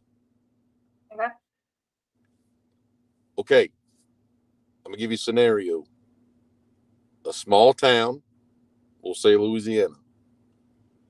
There's nothing in the town but maybe a gas station serves some egg rolls, and there's a fried chicken place. All of a sudden, Sonic opens up. You know what a Sonic is? Mm-hmm. Okay. Sonic opens up, right? And it's built, it's put into service. It's putting smiles on people's faces. They ain't never had nothing like that. All right. Okay. Now, you got a whole bunch of cats hanging out. Not slang for people, literal cats, domestic cats that you pet, right? A whole bunch of them. I mean, 15 or 20 of them, okay? And they're being fed. I might have been guilty too about feeding them. So if you're feeding cats tater tots and double cheeseburgers and cheddar peppers and whatever else Sonic serves, right? The cats, you think the cats would go anywhere? No. Okay. All right. So we're going to keep going. Ernie, do you agree cats will go anywhere? That is correct. And I think I know where you're going with this. Okay. All right. So that's that. Cats ain't going nowhere. Everybody in the chat, we can all agree the cats, but everybody's going to say, I didn't say nothing. You said it. The cat ain't going nowhere. They're not going to leave a tater tot. They're not going to go somewhere else where they're not being fed. Okay. So next door, there was a place called Movie Gallery, kind of like a Blockbuster Video, renting videotapes, right? At one time. That place opens up, and I'm not insinuating anything. I'm just saying that this is y'all's conclusion, that a place opens up that serves Oriental food. Okay. Now, the first thing you notice is the food's cheap, very cheap. Okay. Uh-oh. Second thing you notice is your friends are gone. And this is a true story. Yeah, I know. I didn't say nothing else. Your friends are gone. Food's cheap. What do you think happened? Sonic went out of business. Yeah, your friends are gone that you've been feeding. Oh, the Chinese restaurant's serving up your friends. That's what I'm saying. Like, I'll be more clear. Your friends that you fed tater tots to, you petted, right? That you already said that they didn't go anywhere. Who would go somewhere? They wouldn't leave. Everybody would say that. Well, they're not going to leave. You're feeding them. Okay. Right. They're not going to leave. Now that place opened up. That food in there is cheap. It's like $1 a bowl. You know, whatever with rice. And your friends are gone. What happened? That's the same thing as when people figure out what the great deception is. They're all going to come to the same conclusion. And they're going to believe it. It's just simple. Where did it go?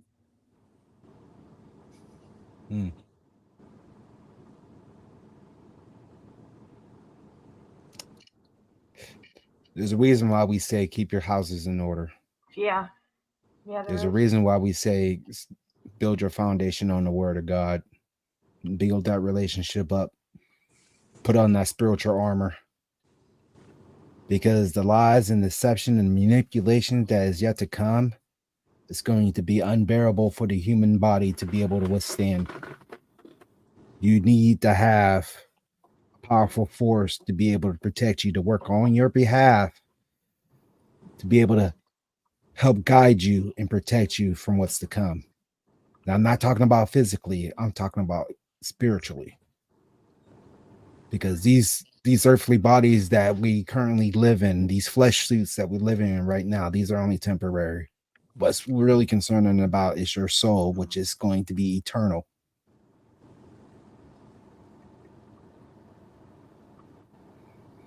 As I said earlier, don't rely on your own understanding. Don't rely on the ways of this world. Don't rely on science, and don't put your trust in man. Keep your eyes, your trust, your faith, your burdens, and your cares upon the Most High God.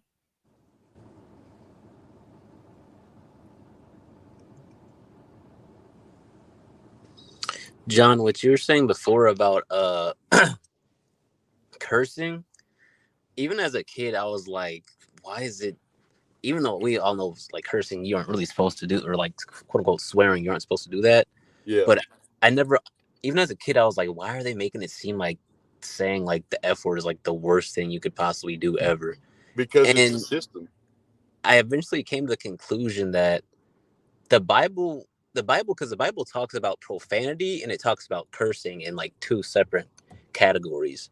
What I believe cursing is for you to tell someone, you not being God, that you're going to hell. Ooh. How would you know definitely. that? Totally agree with that. That's totally a agree with true that. It's curse. not.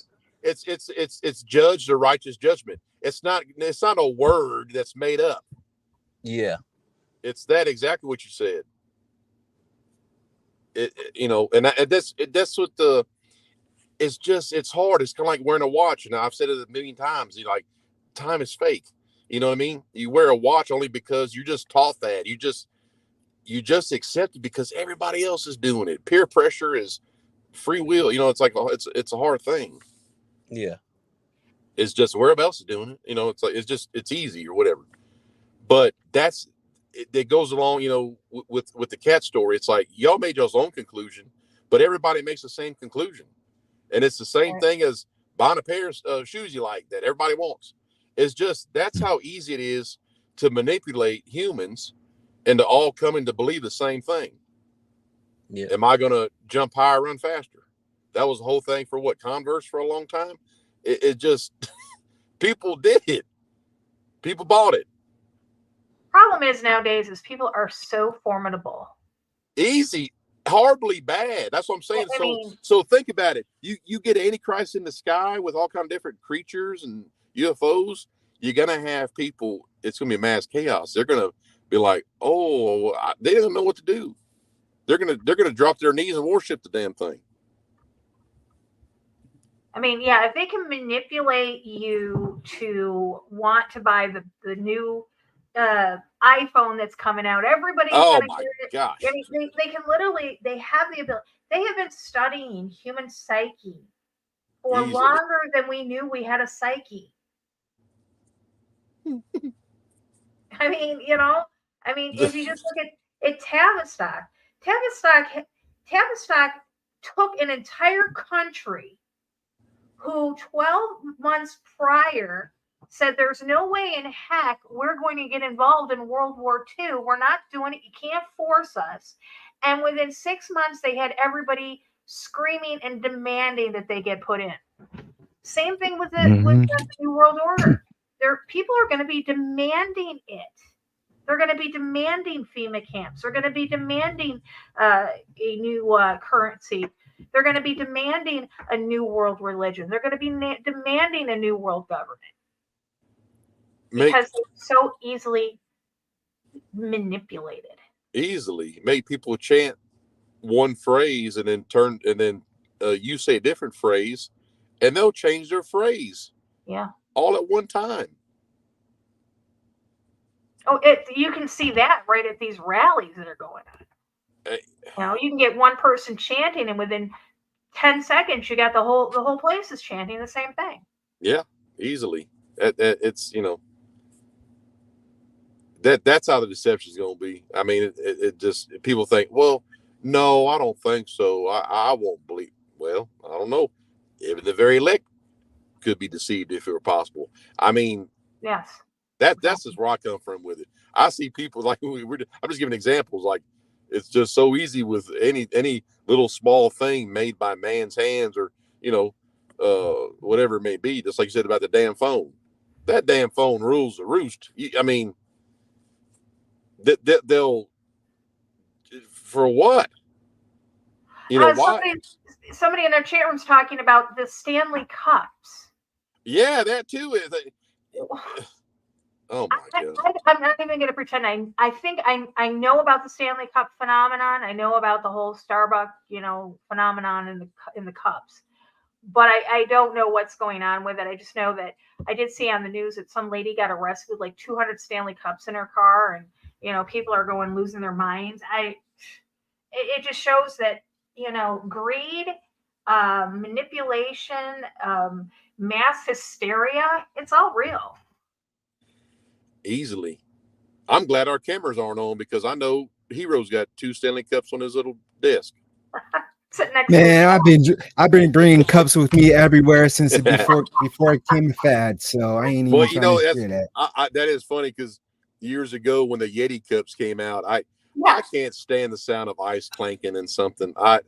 Sorry, that's what I was just doing right now. I mean, I worked with people. I swear they must have knew that. I worked with people in South Texas that they would always clank their ice in their metal cup, and then they would, when somebody gets done drinking, they do the, you do it one time. I mean, it's refreshing. Oh, you're talking about the slurping at the bottom of a cup with a straw. Is that what you're talking about? What they do? What? Yeah, they swirl it kind of like they're like doing the wine testing or whatever. Oh, that. It's the clanking because the Yeti cups came out probably in 2012, I guess, but the ice clanking and they all had one. Everybody had a Yeti cup, and I'm just like, man, if that thing clanks one more time, I'm gonna kick it out of your hand. Then they would always do the after they get done drinking a sip, and I'm just sorry, John. Yeah, I mean it's been years, Ernie. So good, just clank away. Mine is the slurping with the straw when the people get that is doing too, but that little refreshing sound, like I said, one time, it's been a long day, it's hot outside, but after every sip, I'm like, I gotta move my tray. I'm not sitting next to you. I'm not sitting next to you. I'm out of there. Oh gosh. Note to self: if I ever meet Big John and we go to lunch, not to make noise when I drink. No, it's gonna be fine because it's been a while since I heard that.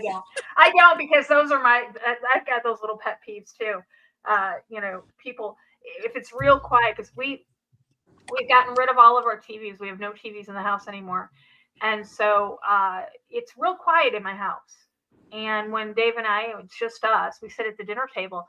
There's complete silence, and I catch myself because I'll be eating, and all of a sudden I'll be like, dude, why are you chewing so loud? And he's like, I'm not. But so I get that. I understand. It's that.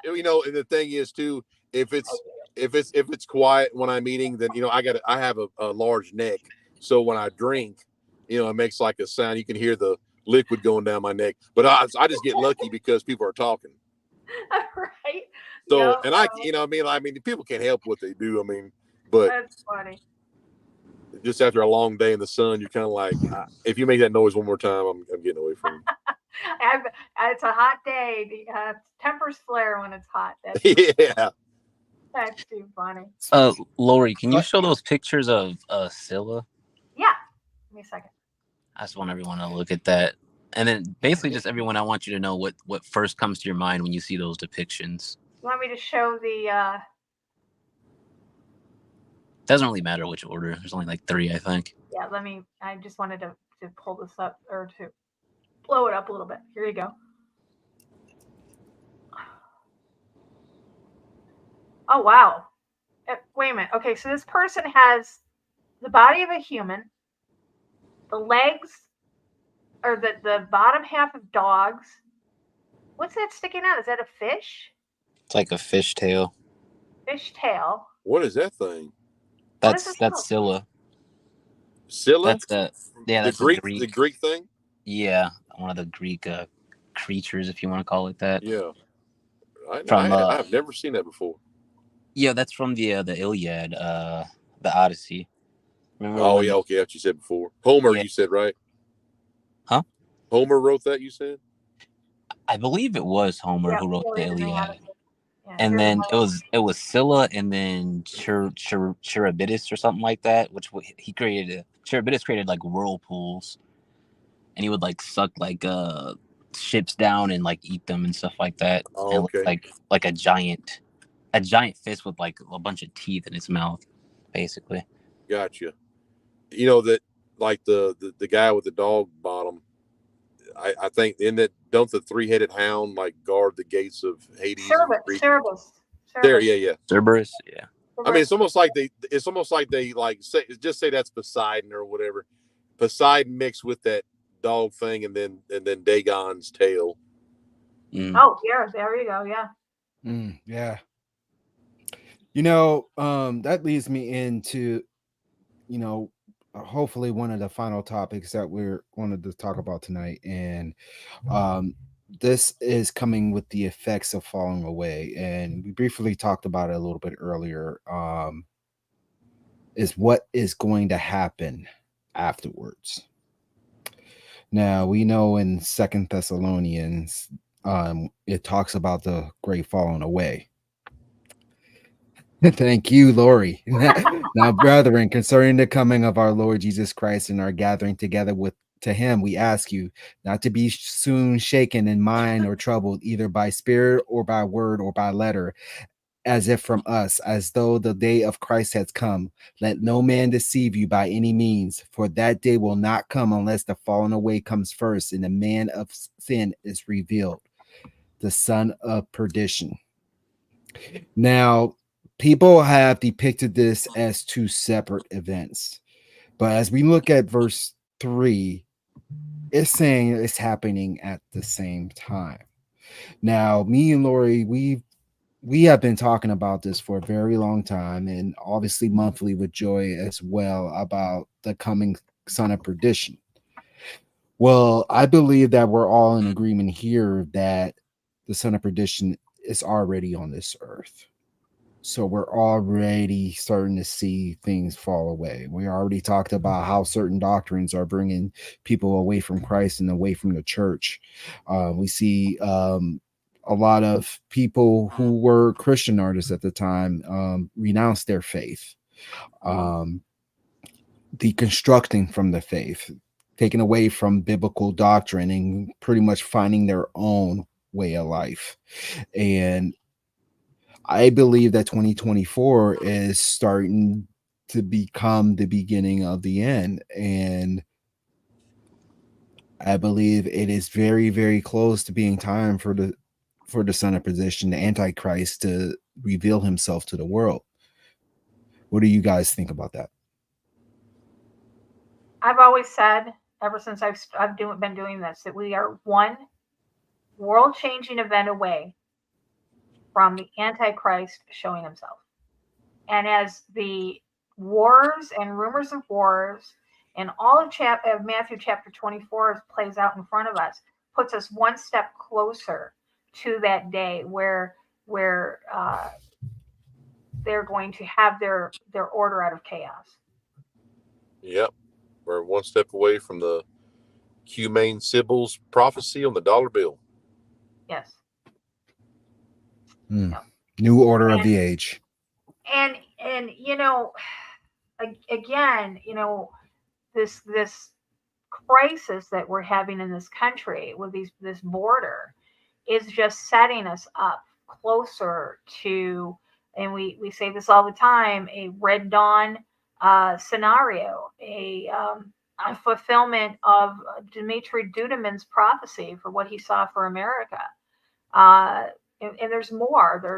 There's the Guccifer. His he was a hacker. He hacked into the DoD back in 2013 and found documents listing the U.S. cities that were targeted to be taken out.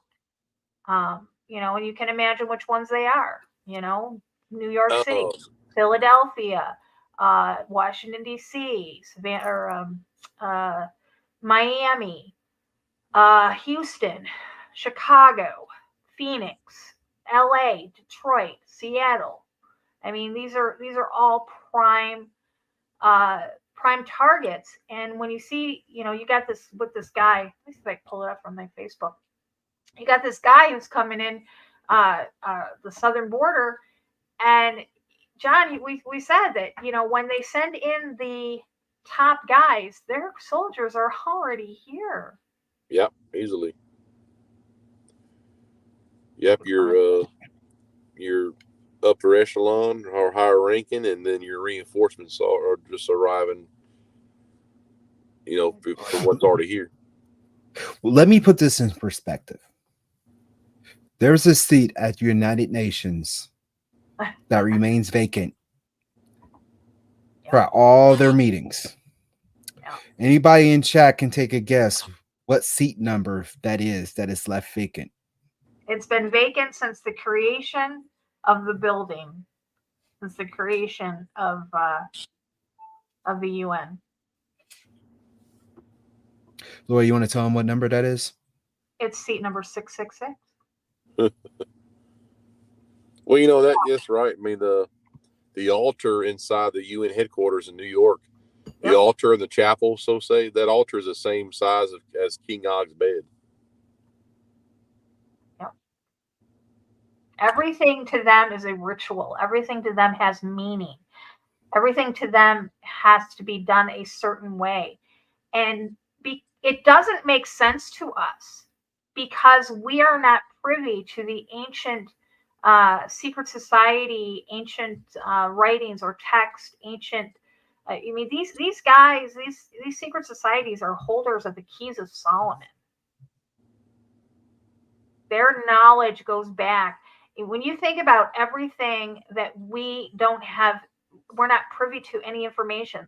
The Library of Alexandria, the Smithsonian Institute, the Vatican Library. We're talking, these people have access to knowledge that is far beyond anything we can comprehend.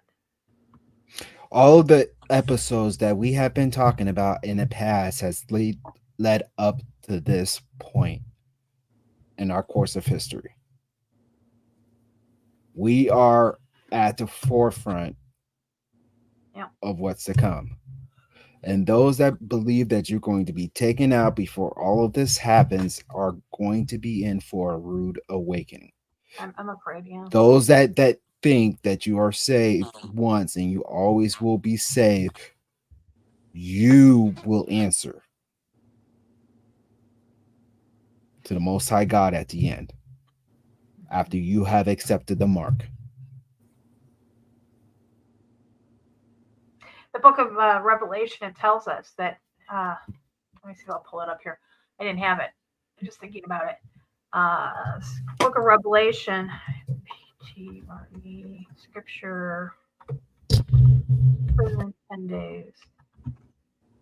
In the book of Revelation, chapter 2, verse 10, it says, fear none of those things of which thou shalt suffer. Behold, the devil shall cast some of you into prison, that ye may be tried, and that ye shall have tribulation 10 days. Be thou faithful unto death, and I will give thee the crown of life. Jesus also tells us those who endure to the end shall be saved.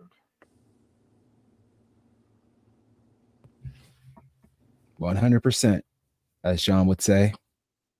If that doesn't tell you, then I don't know what will. I get scared. Jesus also said that we will be persecuted for his namesake. Yes, he did. Those who hate you hated me. Those who hate you hated me first. So, we're not going to. I mean, let me see. There's a thing that I posted. Let me find it. Which I thought was quite interesting, and I don't know if I posted it yesterday or Okay, it had to be. It's a document. I found a video, but it's a document. Talking about the persecution of Christians that's coming. Here it is. Lori, today I thought about, and I heard it. You remember a guy named Greg Evanson? He was a Kansas State trooper for a long time, and he of course he knew a lot of stuff and ended up dying. But he was the first one to talk about the yard farming, protocol when they bomb, use the Air Force to carpet bomb American neighborhoods and stuff. Mm-hmm. And then whether that video is real or not, when Biden said we're going to send F-16s to the border. Right, I know. You know what I mean? It's like, Greg heard that from, direct Air Force intelligence that was an actual plan. If, the government couldn't get, if they're losing too much infantry, they're just going to yard farm everything. And yard farm is the actual name for that. Wow. Wow. This here is from the Secular Democrats of America. Their documents is a 2024 voter registration. Now, this did not get put out. This was before they edited it, and but this was one of the original forms that like I said, the Secular Democrats of America were going to put out. It says issue summary. As we speed toward 2024, prominent document leaders in Congress have presented a 28-page document to the Biden White House that demands President Joe Biden use executive action and the Department of Justice to, 1, crack down on conservative Christians, especially churches and ministries. Number 2, remove Christians from public office. Number 3, deny free speech and religious liberty to Christians. Number 4, remove "In God We Trust" from U.S. currency. And number 5, fully fund comprehensive sex education to include encouraging children as young as elementary and middle school to undergo gender transition.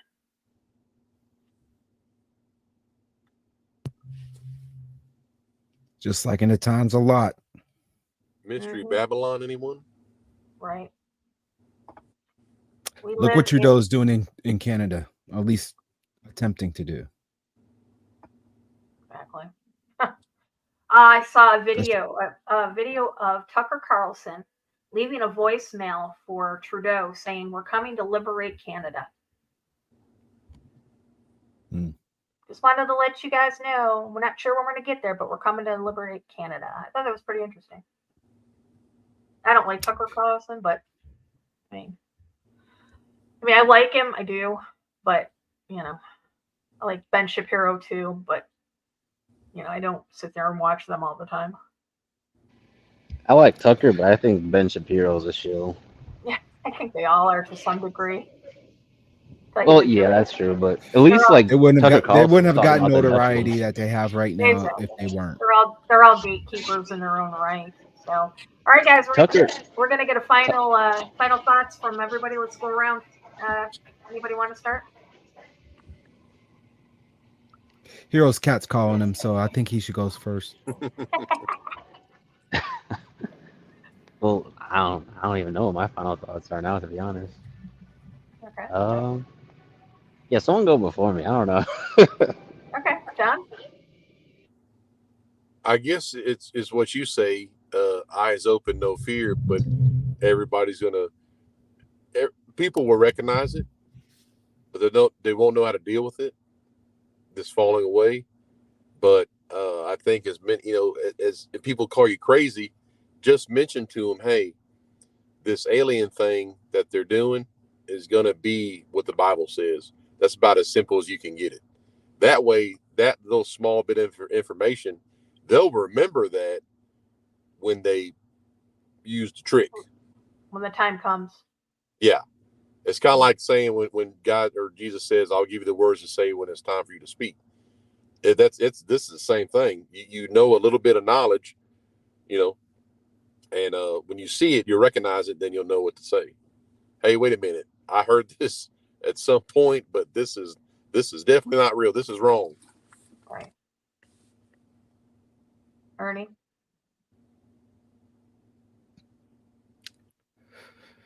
You know, my heart's been heavy this year for a variety of reasons. And, you know, as we entered 2024, I was talking to my wife and I was like, you got that feeling that something is on the horizon this year? And she agreed. Yeah. Ladies and gentlemen, what we're talking about tonight is just a foreshadowing of what's to come. And I know the majority of the people who are watching this live right now, they have some form of foundation of truth, of a relationship with the Most High God. But I'm talking to those who just happen to stumble upon this broadcast as they're scrolling through their YouTube feed. The time has come to make a decision. The time has come whether or not you want to spend eternity or hell, or spend eternity with your Savior. There's no sugarcoating anything anymore. There's no beating around a bush. There's no trying to bypass the algorithm. This is a life and death situation. And I'm not talking about physically, I'm talking about spiritually. If you don't establish your relationship with the Most High God now, then you are potentially doomed for eternity. I don't know if anybody has seen it on the news, but Russia is trying to gain territories of the United States. They're trying to claim Alaska as its own. Mm-hmm. When was the time you ever heard that? Not in my 57 years. They're coming for us. Babylon will fall. The government has opened the door for every human being on any part of the world to enter our borders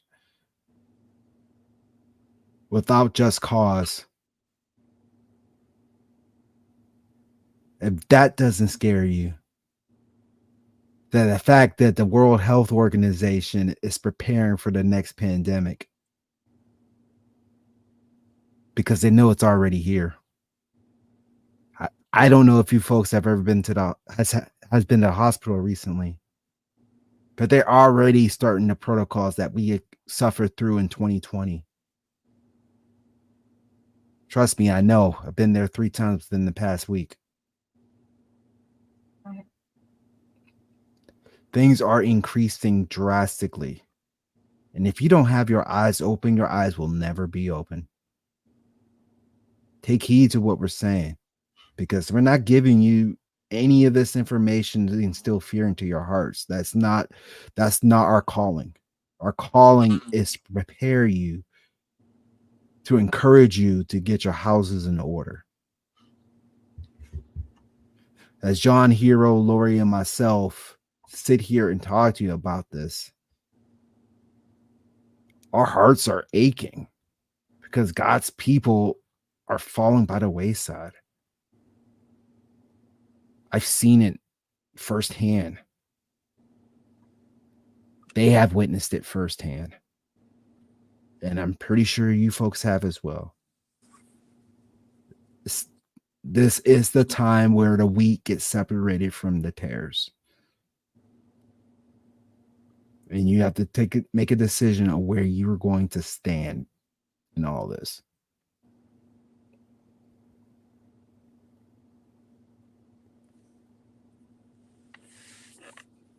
I'm putting a Who's scripture next? up on the board.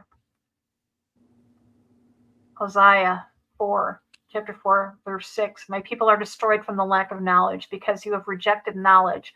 I also reject you as my priests because you have ignored the law of your God and also will ignore your children. As we're telling you these things for you to prepare. We're telling you these things so that you're not surprised or shocked when it happens.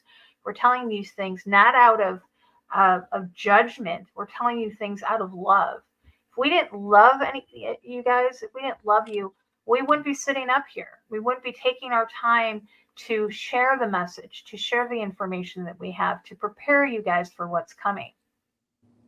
I'm sure all four of us could be doing something other than this tonight, but this is what we are called to do.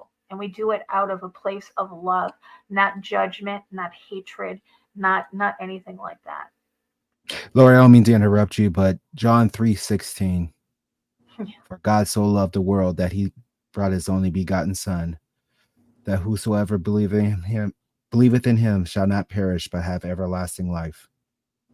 Exactly. God sent his Son to save us. He just wants you to come home. Amen. And with that, I would like to thank everybody on our panel tonight. I would thank everybody in our chat room. Thank all of our moderators. And remember, guys, till the next time, eyes open, no fear.